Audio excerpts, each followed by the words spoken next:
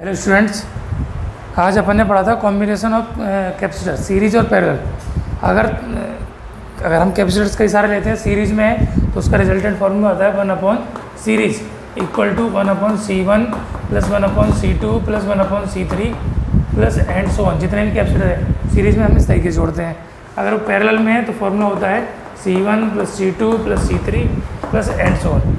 कितने भी कैपेसिटर्स हैं अगर उनको हमको ऐड करना है तो सीरीज़ में ऐड करने के लिए उनका रिवर्स वैल्यू कनेक्ट करेंगे और जो पैरेलल में जोड़ना है तो उनको सीधे सीधे जोड़ेंगे। अभी कुछ न्यूमेरिकल्स हैं इनके ऊपर, इन कॉन्सेप्ट के ऊपर, उनको अपन थोड़ा सा प्रैक्टिस करते हैं, समझेंगे कि ऐसे जो न्यूमेरिकल्स हैं उनको कैसे सॉल्व करना है अपने को। कुछ बेसिक न्यूमेरिकल है, कुछ थोड़े से अच्छे न्यूमेरिकल हैं। तो जैसे फॉर एग्जाम्पल एक कोई सवाल अपन ने ले लिया, जैसे ये 3 कैपेसिटर हैं 10 माइक्रोफैरड, 20 माइक्रोफैरड और ये 20 माइक्रोफैरड। ये ए और बी दो के बीच में जुड़े हुए हैं, between point A and point B. इसकी नेट कैपेसिटेंस पूछिए, तो इस कॉम्बिनेशन की नेट कैपेसिटेंस अपने को निकालनी है ए और बी के बीच में। 3 कैपेसिटर हैं, एक की जो कैपेसिटेंस है, एक की जो धारिता है वो 10 माइक्रोफैरड है, दूसरे की 20 है, तीसरे की भी 20 है, और ए और बी के बीच में उनको नेट वैल्यू निकालनी है। सबसे पहले हम इसमें ध्यान देंगे ये कौन से क्रम में जुड़े हुए हैं।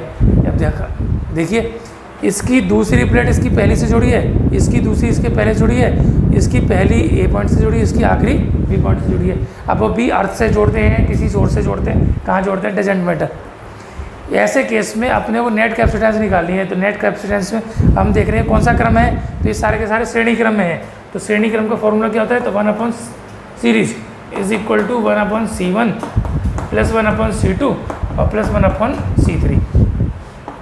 वैल्यू पुट करेंगे तो 1/10 प्लस 1/20 प्लस 1/20। एलसीएम कितना हो गया, तो 20 इज द एलसीएम। तो 2 प्लस 1 प्लस 1 ये कितना हो गया, 4/20। भाग दे दिया तो 1/5। किसकी वैल्यू आई, 1 सीरीज में। और हमसे पूछा है रिजल्ट, तो इसका इन्वर्स करेंगे तो C series equal to 5 microfarad. इस बात का विशेष ध्यान रखना कि हम इसको नहीं लिखते, सीधे सीधे इसको लिखते हैं और ये आंसर लिखाते हैं।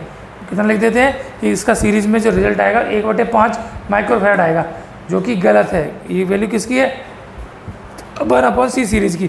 तो C सीरीज निकालने के लिए इसको उल्टा करना पड़ेगा, तो वैल्यू कितनी आ जाएगी, 5 माइक्रोफैरड। बहुत बेसिक क्वेश्चन था जिसको अपन ने लिया था। दूसरा एग्जाम्पल अगर इसको पैरेलल कर ले लेते हैं,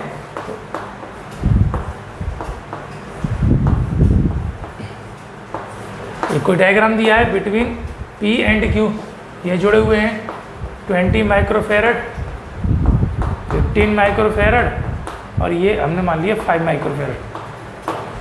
ये 3 जोड़े रखे हैं, हमको पूछा है इसकी नेट कैपेसिटेंस क्या होगी। तो ये कौन से क्रम में है सबसे पहले हमको देखना है। तो देखिए, इसकी पहली प्लेट, इसकी पहली प्लेट और इसकी पहली प्लेट, तीनों की पहली प्लेट P पॉइंट से जुड़ रही है। ये यहाँ से यहाँ पर गई, ये यहाँ से यहाँ पर गई, ये यहाँ से पर गई। कौन से क्रम में, ये तीनों एक पॉइंट से जुड़ रही हैं। सभी की सेकंड प्लेट देख लो, तो जो सेकंड प्लेट है, सेकंड प्लेट ये सारी सारी क्यू पॉइंट से जुड़ रही हैं। तो ऐसा कॉम्बिनेशन जिसमें सभी की पहली प्लेट एक पॉइंट से और सभी की दूसरी प्लेट दूसरे पॉइंट से जुड़ जाती हैं, तो ऐसे कॉम्बिनेशन को हम बोलते हैं समांतर संयोजन, यानी पैरेलल कॉम्बिनेशन। इसमें रिजल्ट क्या आएगा, तो CP equal to C1 plus C2 plus C3। Value put करनी है तो कितनी है, 20 प्लस 15 और प्लस 5, 20 40। रिजल्ट कितना आ जाएगा, 40 माइक्रोफैरड। तो कुछ ये अपन ने बेसिक सवाल लिया था, इसको हमने सॉल्व करके देखा, एक बार सीरीज़ का और एक बार पैरेलल का, फिर फॉर्मूले को अप्लाई करके देखा था। अब कुछ सवाल है जिनको हम करते हैं, केवल डायग्राम के सवाल होंगे। आज हम जो डिस्कशन करने वाले हैं वो डायग्राम के न्यूमेरिकल पर करने वाले हैं। उनके जो थ्योरेटिकल है कंसेप्ट, उससे क्या क्या पूछा है, किसी में चार्ज पूछेंगे, किसी में पोटेंशियल पूछेंगे, वो अपन बाद में करेंगे। आज हम उन सवालों को करते हैं जहाँ पर केवल सीरीज और पैरेलल कॉम्बिनेशन अपने को ऐड करना है। जैसे एक न्यूमेरिकल दिया है,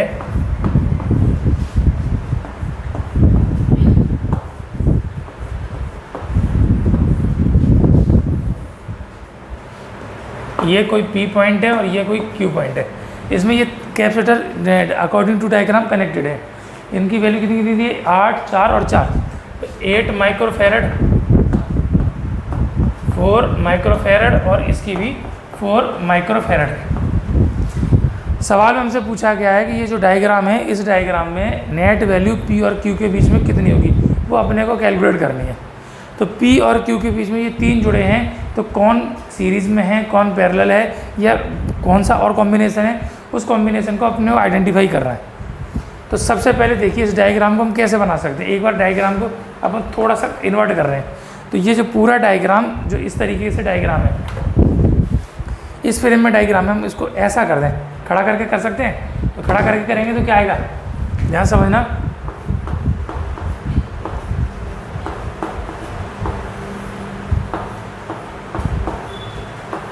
P और Q, इस डायग्राम को 90 डिग्री हमने जब रोटेट कर दिया तो इस क्रम में आ गया। ये 8 है, ये 4 है, ये 4 है, हाँ या ना, कर सकते हैं। उसके बाद देखिए इस डायग्राम को हम और कैसे कर सकते हैं, इन दोनों तारों को हम पकड़ कर सीधा कर दें। तो सीधा करेंगे तो P तार यहाँ पर आ गया,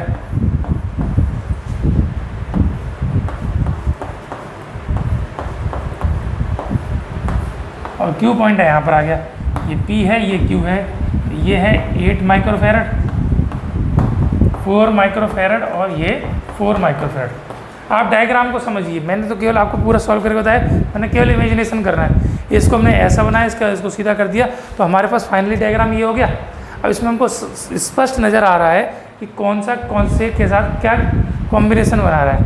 तो इसमें देखते हैं, ये जो बॉक्स बना हुआ है इसमें ये 4 माइक्रोफेरड का है और दूसरा 4 माइक्रोफेरड का है। ये 4 और 4 कौन से क्रम में है, दिखाई दे रहा है, समांतर क्रम में। हमने इसको मान लिया C1, इसको C2 और इसको C3। तो here C1 and C2 are in parallel, ये समांतर क्रम में है। तो इसकी धारिता हमने मान ली कोई C डैश, तो कितनी हो जाएगी, C1 प्लस C2, वैल्यू कितनी है 4 और plus 4 that equal to 8 microfarad.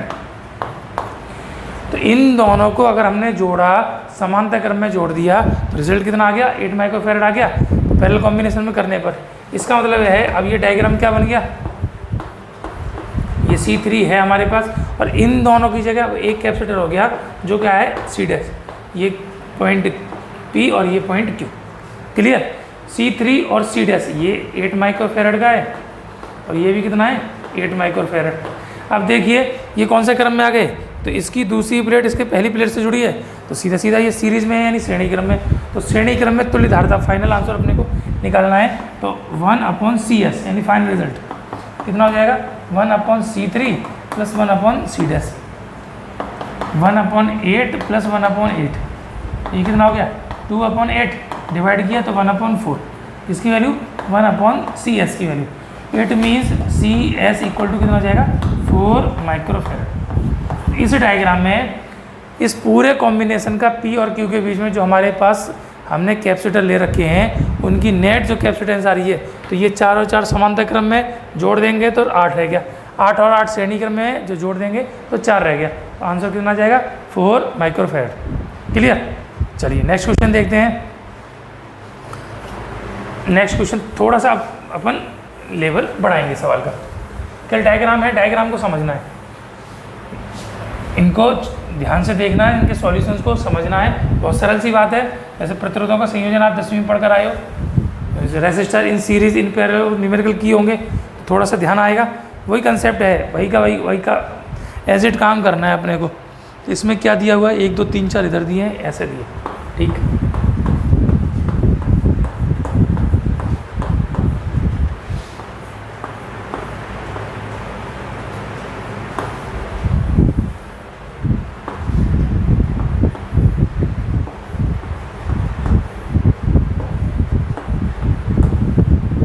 ये P पॉइंट है और ये Q पॉइंट है। थोड़ा सा पहले से डायग्राम जो हमने पढ़ रखे हैं उनसे कॉम्प्लिकेटेड है, और सबकी वैल्यू कितनी दी है 2 2 2 2 2 1 1 1 1, 2 माइक्रोफेरड 2 माइक्रोफेरड 2 माइक्रोफेरड 2 माइक्रोफेरड और ये भी 2 माइक्रोफेरड।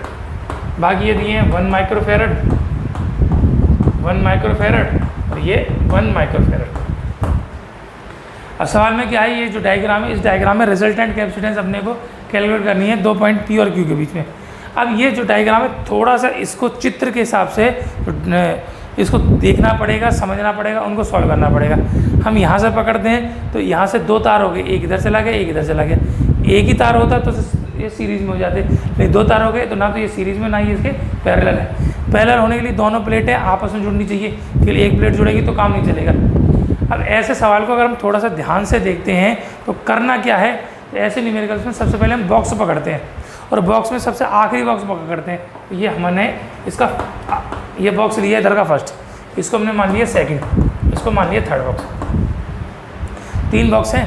अब 3 बॉक्स में अगर हम जाकर पहले बॉक्स में देखते हैं तो इसमें देखते हैं कि ये 2 माइक्रोफेरेड और ये 2 माइक्रोफेरेड, इन दोनों के तार आपस में जुड़ रहे हैं, बीच में और कोई कनेक्शन नहीं है। इसका मतलब ये दोनों कौन से ऑर्डर में हो गए, सीरीज में हो गए, सीधे सीधे एक से दूसरी प्लेट जुड़ रही है। बाकी कहाँ जा रहा है, बाकी कहाँ जा रहा है, डजेंट मैटर, इनकी प्लेट्स आपस में कनेक्टेड है। तो दोनों की प्लेट आपस में कनेक्टेड नहीं, बीच में कुछ और जुड़ा हुआ है। तो इसका मतलब ये दोनों कौन से ऑर्डर में हो गए, तो बोथ आर इन सीरीज।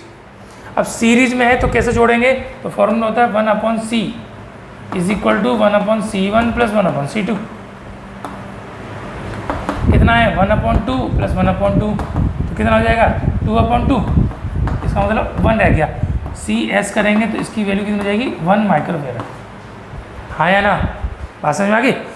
ये 2 माइक्रोफेरेड का, ये 2 माइक्रोफेरेड का, ये दोनों सीरीज में जुड़े हुए हैं। इन दोनों को जोड़ेंगे तो इनका रिजल्टेंट कितना आएगा 1 माइक्रोफेरेड। इसका मतलब इन दोनों को हटा दिया जोड़ने के बाद, अब हमारे पास एक कैपेसिटर रह गया। वो हम चाहे कहीं पर भी बना दें, पूरे वायर में एक जगह है, उसको हम देख लेते हैं। तो कितने का बना 1 माइक्रोफेरेड का। उन दोनों की जगह क्या रह गया, 1 माइक्रोफेरेड का रह गया, तो ये 1 माइक्रोफेरेड है। अब देखेंगे, अब ये पूरे बॉक्स में इस वायर में केवल 1 है और इस वायर में 1 है। इसकी ये हमने फर्स्ट प्लेट मान ली और इसकी ये फर्स्ट प्लेट मान ली, ये सेकंड मान ली और ये सेकंड मान ली। तो दोनों की फर्स्ट प्लेट आपस में जुड़ रही है और दोनों की सेकंड आपस में जुड़ रही है, बीच में कुछ भी नहीं है। तो ये दोनों कौन से ऑर्डर में हो गए बताइए, तो ये पैरेलल में हो गए। तो पैरेलल का फॉर्मूला कितना होता है C1 प्लस C2। ये कितना है 1, ये कितना है, ये भी 1 है। तो टोटल कितना हो गया 2 माइक्रोफेरेड। समझ में नहीं आया तो उसको रिवाइंड करके दोबारा आप वीडियो को देखिए, ध्यान से देखिए। बहुत सरल सी बात है। करना क्या था कि पहले एक ही वायर में तो सीरीज में थे, उनका रिजल्ट आएगा 1। अब पूरा का 1 रहेगा इस पूरे तार में, और इस तार में भी एक और एक कौन से क्रम में आ गई है, समांतर क्रम में। इनको हमने सॉल्व कर लिया, इस बॉक्स का काम खत्म। और इन बॉक्स की जगह जो एक रिजल्ट आया, इसकी वैल्यू कितनी होगी, इसकी वैल्यू आ गई 2 माइक्रोफेरेड। पहले बॉक्स का काम खत्म, पहला बॉक्स हम सॉल्व कर लिया, और उसका टोटल निकल के कितना है 2 माइक्रोफेरेड। अब देखेंगे अगर डायग्राम को, तो ये वही का वही आ गया जो पहले हमने जो डायग्राम दिया था, यानी पहला बॉक्स दिया था। पहले बॉक्स में तो क्या था, उसमें 2 और 2 थे, यहाँ पर भी 2 और 2 हैं। कौन से क्रम में आ जाएंगे, वही का वही सीरीज में सॉल्व करके निकालेंगे तो कितना आ जाएगा 1। इन दोनों की जगह हमारे पास क्या रह गया 1 रह गया। ये तो खत्म, और ये रह गया 1 का, ये खत्म हो गया। अब ये दोनों किस में आ गए, पैरेलल। ये कंडीशन आ गई सेम, एक और एक को पैरेलल जोड़ेंगे तो फिर कितना आ जाएगा, ये फिर 2 आ जाएगा। ये दूसरा बॉक्स हमने सॉल्व कर लिया, बिल्कुल वैसा ही जैसा पहला बॉक्स सॉल्व किया था। तो ये रिजल्ट कितना आ जाएगा, इन दोनों की जगह टोटल रिजल्ट आ रहा है ये 2 माइक्रोफेरेड। फिर वही केस आ गया जो हमने पहले बॉक्स में किया था, 2 थे और फिर यहाँ 1 था। तो ये दोनों कौन से क्रम में आ गए, ये दोनों सीरीज में है। सीरीज में जोड़ेंगे तो कितना आ जाएगा, इन दोनों की जगह जो रिजल्ट आया हमारे पास वो आ गया 1 माइक्रोफेरेड का। और ये 1 इस 1 के साथ कौन सा ऑर्डर बना रहा है, पैरेलल ऑर्डर। तो समांतर क्रम में हो गया तो फिर कितना आ जाएगा 2। इसका काम खत्म। कितना रह गया, इन दोनों की जगह ये 2 माइक्रोफेरेड का रह गया। अब और कोई कैपेसिटर नहीं है, केवल और केवल ये दोनों कैपेसिटर हैं। और दोनों किस तरीके से जुड़े हैं, अब ये पूरा का पूरा वायर खत्म हो गया, एक ही वायर रह गया। इसको हम सीधा करेंगे तो ये P और Q, ये 2 माइक्रोफेरेड और ये भी 2 माइक्रोफेरेड। ये बचा, ये दोनों कौन से ऑर्डर में आ गए, सीरीज में। सीरीज में जोड़ेंगे तो फाइनल आंसर कितना आ जाएगा 2 + 2 दैट इज इक्वल टू 1/2 + 1/2। इनको जोड़ा तो फाइनल जो आंसर आया हमारे पास P और Q के बीच में कितना आया 1 माइक्रोफेरेड। तो दिस इज़ द आंसर। तो इतना बड़ा जो पूरा बॉक्स था उसको हमने अलग अलग, उसमें कई सारे कैपेसिटर लगे थे, उनको सॉल्व किया तो फाइनल हमारे पास आंसर कितना आया 1 माइक्रोफेरेड का। बात समझ में आ गई। तो इस तरीके से एक सवाल ये करके देखा इस सवाल को आप क्वेश्चन को दोबारा रिमाइंड करके देखिए, डायग्राम कैसे कैसे बनाए गए हैं, उस डायग्राम की प्रैक्टिस कीजिए, समझिए। समझ में नहीं आए तो आप मुझे फ़ोन कीजिए, फ़ोन करके पूछिए। वैसे भी आपको स्कूल बुला रहे हैं तो आप डाउट पूछने के लिए स्कूल आ सकते हैं। जब क्लास लग रही है उस दिन क्लास आप क्लास लेने आ सकते हैं। ये चैप्टर अभी करा रहे हैं, तो ये चैप्टर कराने के बाद फिर अपन पहले दूसरे तीसरे जिनके छूट गए हैं, किसी भी कारणवश नहीं समझ में आए या आपने लेट स्टार्ट किया, ऐसा कोई भी आपके साथ प्रॉब्लम हो तो आप पूछने आ सकते हैं। ठीक, चलिए अगला क्वेश्चन देखेंगे। अगला क्वेश्चन थोड़ा सा ये भी अच्छा सवाल है। मैं थोड़े से आपको अब अलग अलग टाइप के सवाल करा रहा हूँ, क्योंकि जो क्वेश्चन शीट भेजी जाएगी उसमें हर कैटेगरी के क्वेश्चन होंगे, तो इनको आप ध्यान से देखेंगे, समझेंगे और बड़ा ईमानदारी के साथ इनको करने की कोशिश करेंगे। नेक्स्ट क्वेश्चन जो दिया है वो क्वेश्चन क्या है, ये कॉम्बिनेशन है हमारे पास 3 कैपेसिटर का, लेकिन इनको केवल ऐसे ना जोड़कर हमने इस तरीके से और जोड़ दिया है। ये पॉइंट P है और ये पॉइंट Q है।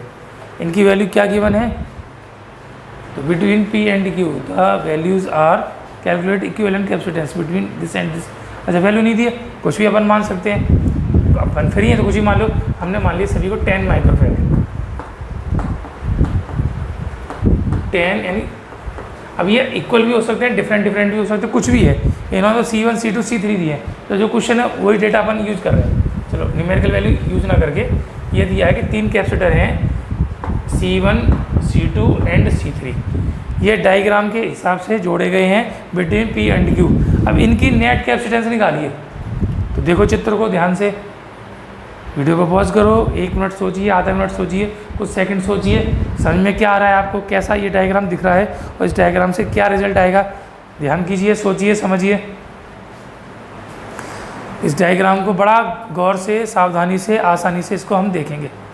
चलिए अब हम इसको सॉल्व करते हैं। तो इसमें कॉम्बिनेशन कैसा है, तो ना तो हम एक तार में हैं, अगर एक ही वायर होता ये तो सीरीज़ हो जाती। ये अगर दोनों तार नहीं होते, झंझट ही खत्म। तो ये दोनों तार हैं, यहाँ पर लग गया, यहाँ पर लग गया, तो इन्होंने क्वेश्चन को थोड़ा सा कॉम्प्लिकेटेड कर दिया। अब इस क्वेश्चन में हमको देखना क्या है, इनकी प्लेटों का कॉम्बिनेशन देखना, कैसे कैसे किससे ये जुड़ी हुई हैं। तो ये इसकी फर्स्ट प्लेट है और ये इसकी सेकंड प्लेट है, ठीक है। ये फर्स्ट प्लेट है, ये सेकंड प्लेट है। अब सोचो कि उल्टा क्यों कर दिया, नहीं, इसमें उल्टा नहीं करना, ये वही है, ये फर्स्ट प्लेट है और ये सेकंड प्लेट है। इसको हमको उल्टा करना है, ये फर्स्ट प्लेट है और ये हमने क्या मान ली इसकी सेकंड प्लेट। आप ध्यान से समझना इसको, बड़ा गहराई से। कोई सी प्लेट हम मान सकते हैं, लेकिन डायग्राम जो दिया उसके हिसाब से अपने को इसको समझना है क्या है। तो पहले जो कैपेसिटर है उसकी फर्स्ट प्लेट किससे जुड़ रही है, इस पॉइंट से, तार से आगे। इसकी फर्स्ट प्लेट इस पॉइंट से जुड़ रही है और इसकी फर्स्ट प्लेट इस पॉइंट से जुड़ रही है। तो दोनों की फर्स्ट प्लेट इस पॉइंट से जुड़ रही है और ये पूरा जो दोनों ये जो फर्स्ट प्लेट जिस पॉइंट जुड़ रही है, ये पॉइंट एक वायर के थ्रू इस पॉइंट से जुड़ गया। तो इसकी पहली प्लेट, इसकी पहली प्लेट, इसकी पहली प्लेट, तीनों की पहली प्लेट इस पॉइंट के थ्रू P पॉइंट से कनेक्टेड है, हाँ या ना। देखो बात समझ में आ गई। दूसरी प्लेटों को देखेंगे तो इसकी सेकंड प्लेट से इसकी सेकंड प्लेट दोनों की दोनों इस पॉइंट से जुड़ रही हैं और इसकी सेकंड प्लेट इस पॉइंट से जुड़ रही है और ये वाला पॉइंट इस वायर के थ्रू इस पॉइंट से जुड़ता हुआ की पॉइंट पे जा रहा है। पहली तीनों की तीनों किससे जुड़ रही हैं, P से। दूसरी और दूसरी तीनों की तीनों किससे जुड़ रही हैं, Q से। तो इस डायग्राम को हम चाहें तो कैसे बना सकते हैं,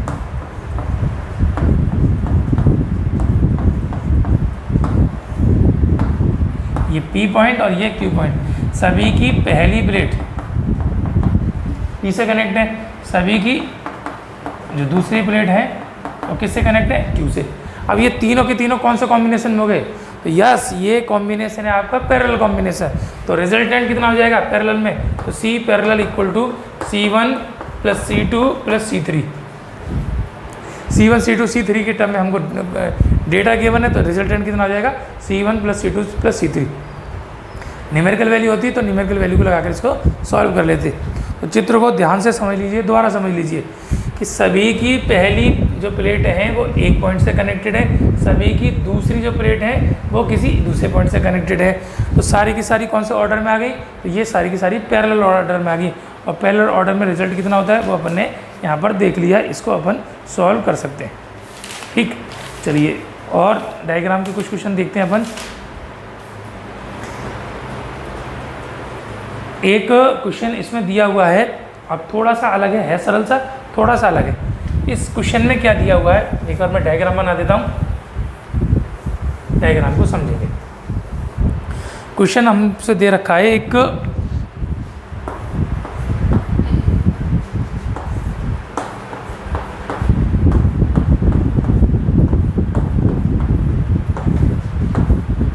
ये P पॉइंट और ये Q पॉइंट, 2 पॉइंट है। इसमें दिए 20 माइक्रोफेरड, 20 माइक्रोफेरड और ये भी 20 माइक्रोफेरड। ये अननोन दिया है C। तो क्या दिया है क्वेश्चन में, calculate the capacitance of the capacitor C in the figure, the equivalent capacitance of the combination between P and Q is 30 microfarad.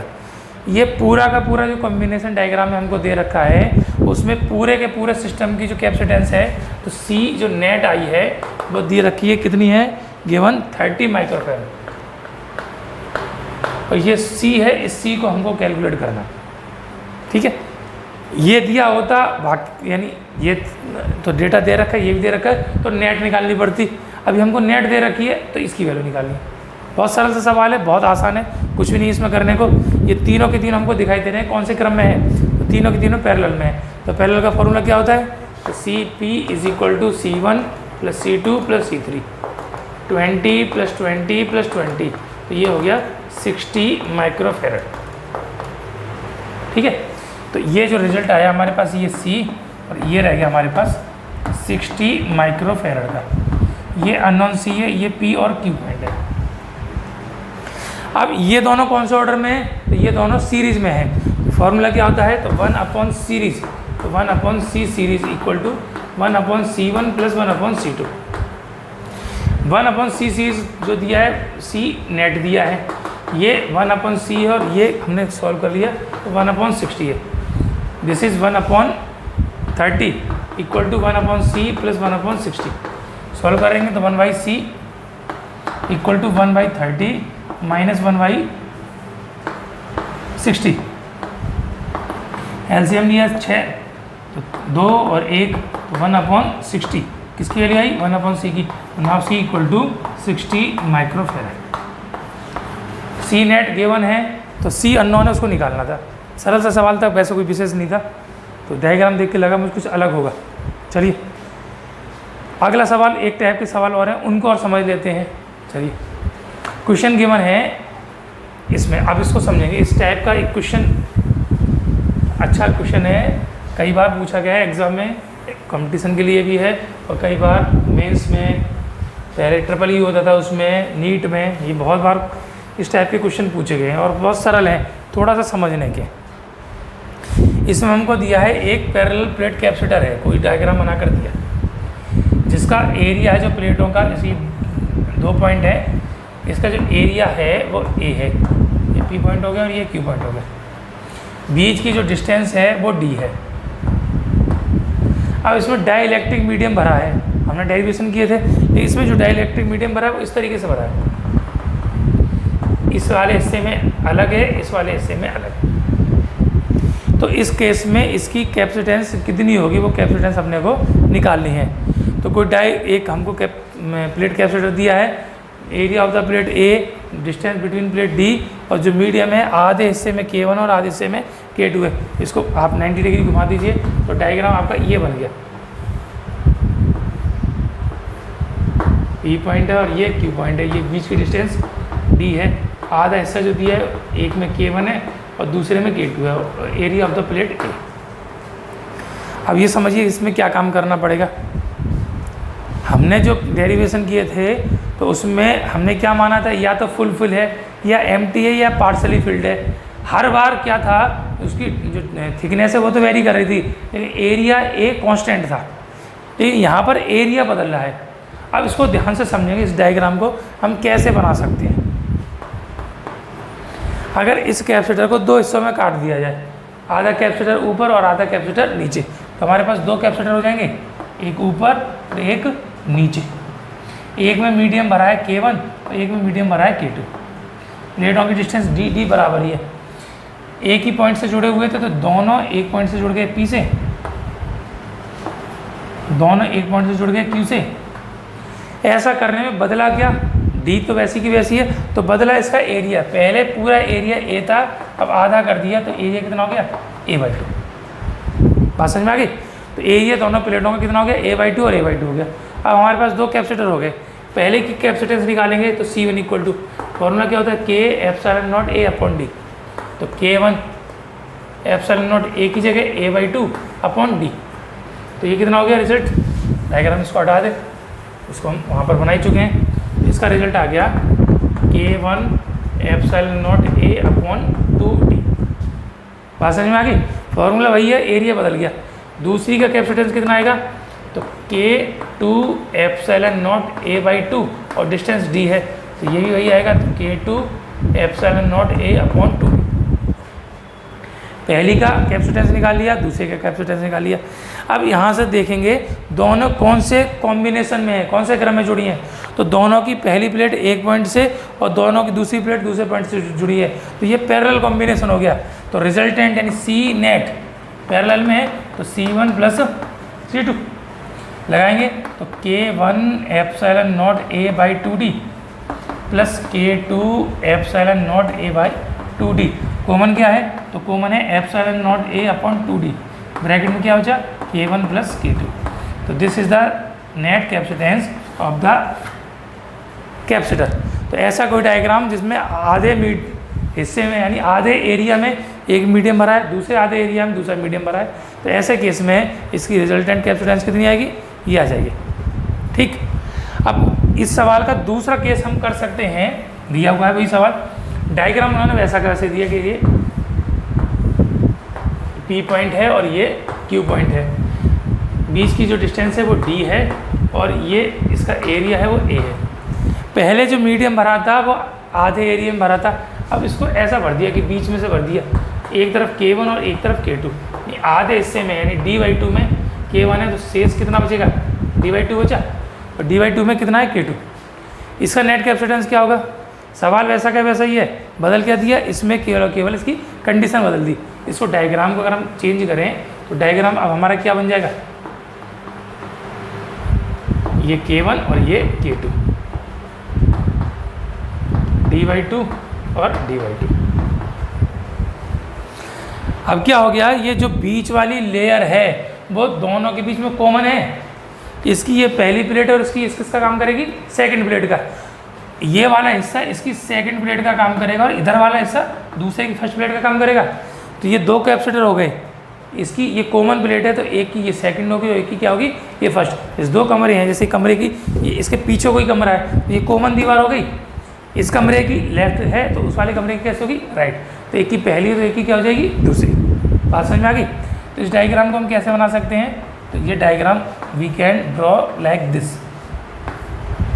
Point P distance कितनी है D/2, एरिया कितना है A। Point Q area A है, distance कितनी होगी इसकी D/2, इधर medium K1 और इधर मीडियम K2। डायग्राम हमारा इस तरीके से बन गया। अब इसमें क्या काम करना है, दोनों कैपेसिटेंस निकालनी है। पिछली बार एरिया A/2 हुआ, इस बार क्या हो जाएगी डिस्टेंस D/2 हुई। तो फॉर्मूला C1 तो K1 epsilon nought A D/2, तो 2 ऊपर पहुंच जाएगा तो कितना हो जाएगा 2 K1 epsilon nought A upon D। Clear, ऐसे ही इधर करना है, तो ये तो A रह गया, तो ये कितना हो गया D/2, तो 2 ऊपर पहुंच जाएगा तो कितना हो जाएगा 2 K2 epsilon nought A upon D। Clear, तो C1 और C2 के वैल्यू हमने निकाल ली है, पहले की कैपेसिटेंस पहले कैपेसिटर की, दूसरे कैपेसिटर की। अब ये दोनों पिछले वाले केस में तो किस में थे कि सभी की पहली प्लेट एक पॉइंट से, दूसरी प्लेट दूसरे पॉइंट से। इसमें क्या है कि दूसरी प्लेट यानी जो बीच वाली प्लेट है कॉमन है, आपस में कनेक्टेड है, तो ये कौन से क्रम में आ गए दिखाई दे रहा है सीधे सीधे सीरीज में। नाउ 1/C नेट सीरीज में, तो फॉर्मूला 1/ सीरीज वाला लगेगा equal to 1/C1 plus 1/C2। Value put करेंगे तो कितना हो जाएगा 2 K1 epsilon nought A upon D, उल्टा कर रहे हैं तो उल्टा हो जाएगा, तो D upon 2 K1 epsilon not a, दूसरे का D/2 K2 epsilon not a. Clear? क्या कॉमन है?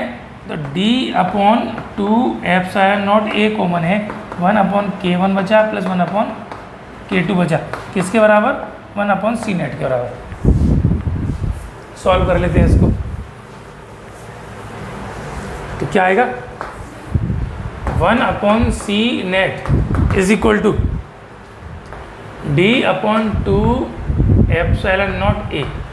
एलसीएम ले लिया तो K1 K2, क्या बचेगा? K1 प्लस K2, ये 1/C नेट की वैल्यू है तो इसका इन्वर्स करेंगे तो C नेट, तो इसका पूरा काम उल्टा हो जाएगा, तो 2 एप्सिलॉन नॉट A/D, ये कितना बचेगा? K1 K2 K1 plus K2। तो ये ऐसा अगर कोई कॉम्बिनेशन दिया है, उस कॉम्बिनेशन की टोटल कैपेसिटेंस आ गई। तो चित्र हमको ध्यान से देखना है, इसको रिमाइंड करके देखना है। हर एक वीडियो जो है उसको आप पॉज करेंगे, पीछे रिवर्स करेंगे और उसको देखेंगे। अगर एक बार में समझ में आ जाता है तो अच्छी बात है, बहुत सब बधाई आपके लिए, आपको एक बार में आता है। नहीं आता है तो उसको आप 2 बार 3 बार 4 बार 5 बार, जितनी बार, जब तक समझ में नहीं आए तब तक देखना है। उसके बावजूद भी समझ में नहीं आता है तो आपके पास दोनों ऑप्शन हैं, आप स्कूल में आकर समझ सकते हैं, नहीं तो आप फ़ोन करके पूछ सकते हैं। ठीक है, चलिए 1-2 क्वेश्चन और हैं, उनको और देख लेते हैं, उसके बाद फिर आपको बाकी क्वेश्चन आपको करने के लिए देंगे।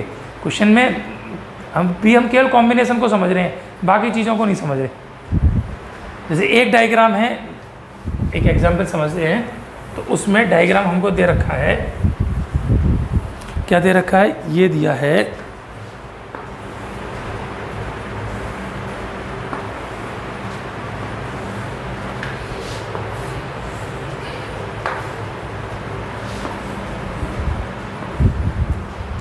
तो क्या दिया है?